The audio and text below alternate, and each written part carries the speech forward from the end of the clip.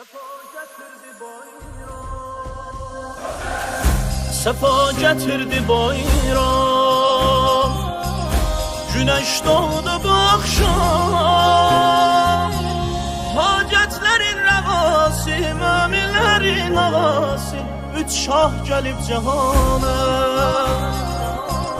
Biri şah-ı şehizan, biri abid-i sultan, biri golsuz elemdar, susuz sehrada serdar. Üç şah gelip cihana.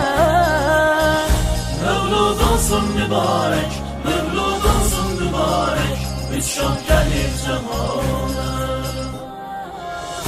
Mevlud olsun mübarek, mevlud olsun mübarek, üç şah gelip cihana. Sevindi cümle alem, melekler oldu mehrem. Peygamberi Hudaya, Paki Aliye Baya, üç şah gelip cihana. Özün dünyaya zinet, atan Taha'ya nispet. Emin deryaya geyret, sevindi ehli ümmet. Üç şah gelip cihana. Mevlud olsun mübarek, mevlud olsun mübarek, üç şah gelip cihana.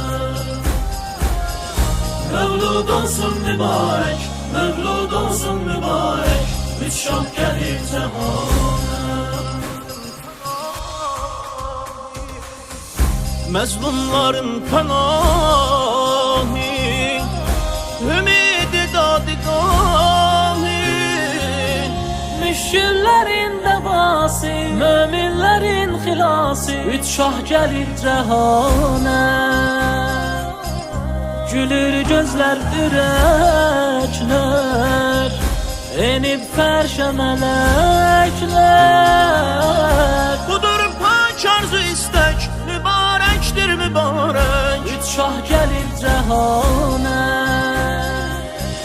Mevlud olsun mübarek, mevlud olsun mübarek, üç şah gelip cihana. Mevlud olsun mübarek, mevlud olsun mübarek, üç şah gelip cihana.